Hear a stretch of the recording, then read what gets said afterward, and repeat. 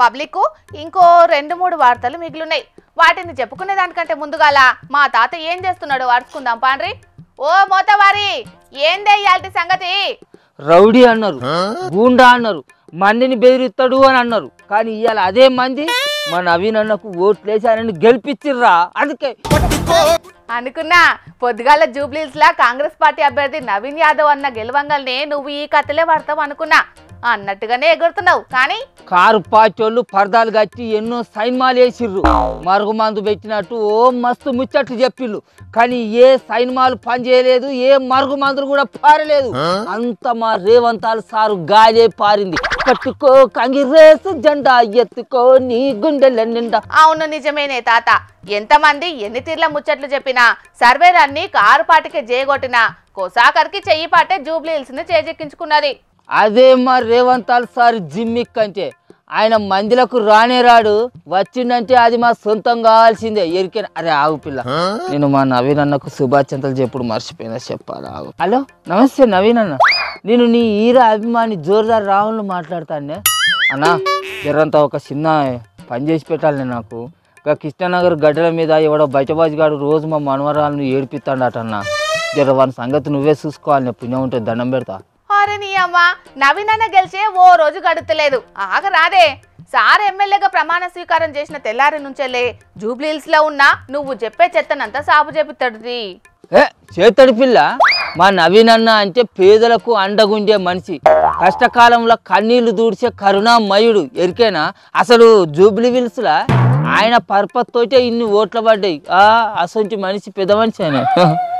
అది సరే గాని, నువ్వు నిన్న మొన్న ఆ కారు పాటలతో తిరిగినవు కాదే తాత. ఇవాళనేమో కాంగ్రెస్ కండువా మెడలేసుకొని నవీన్ అన్నను బాగా ఎత్తుకుంటున్నావు. ఏం సంగతి? చల్, ఎవడా నీకు చెప్పింది? నువ్వు ఎవరిని చూసి నేను అనుకుంటున్నావు ఏందో.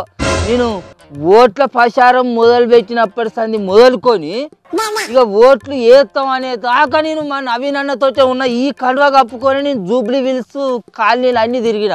ఎరికేనా? ఏమో గట్ట మాట్లాడుతుంది ఏంద్రా గండు బిల్లి మొక్కంది. అవునవును, నియోజకవర్గంలో మందందరూ గెలిచిన మనసుకే ఓటేసినామని చెప్పుకుంటున్నారు కానీ దాంట్లో నువ్వు ఒక్కనివి, అంతే కదా? పచ్చకారులకు లోకం అంతా పచ్చగానే కానొస్తుంది, కంత్రి మొఖం దానా. నువ్వు కూడా గసోడి దానివే. నేను నీ లెక్క మొగన్ సొమ్ము దీని మందిపాట వాయటోని కాదు. నేను మొదటి సంది నవీన్ అన్న వెనకమారనే ఉన్నా, ఇప్పుడు కూడా నవీన్ అన్న వెనకమారనే ఉంటా, నవీన్ అన్న తోటే ఉంటా. జై నవీన్ అన్న, జై జై నవీన్ అన్న. సరే గాని ఇవాళ ఇట్లనే ఎగురుకుంటా పొద్దలేదిద్దావా? మరి వార్త ఏం తీసుకురావా, అది చెప్పు. అరే, ఇంతకంటే పెద్ద వార్త ఏమున్నది అయ్యాల?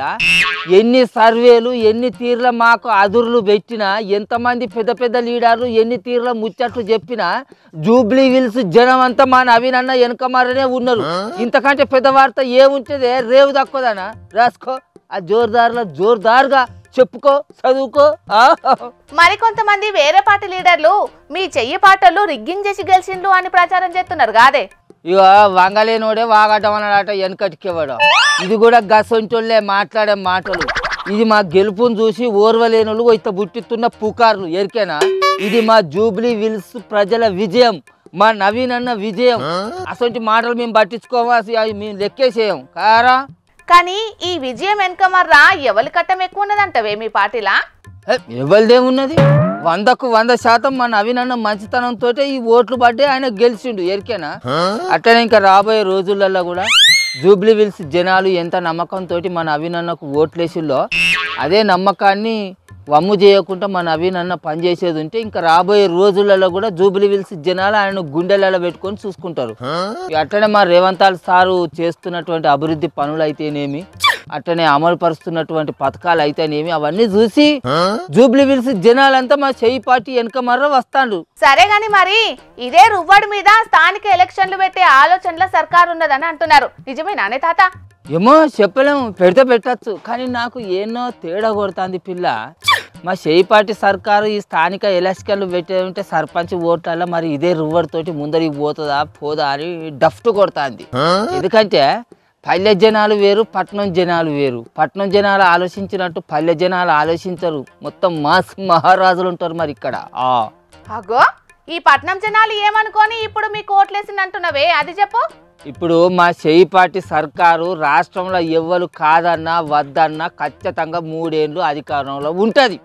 అట్లా కాదని కారు పార్టీకి ఓటేసేది ఉంటే వచ్చేది ఏమైనా ఉన్నదా చెప్పు? ఇప్పుడు ఈ మాగంటి సునీతక్క గెలిచేది ఉంటే కారు పార్టీ అధికారంలోకి వచ్చేది ఏమైనా ఉన్నదా?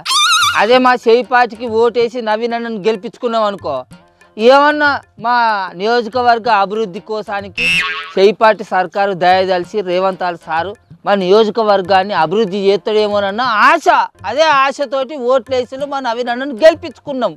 అవును, నువ్వు అన్నట్లు కూడా ఆలోచించి ఉంటారు జనాలు. సరే గాని ఊళ్ళలో జనాలు ఏమంటున్నారే మరి? ఏమనుడు ఏమి లేదు.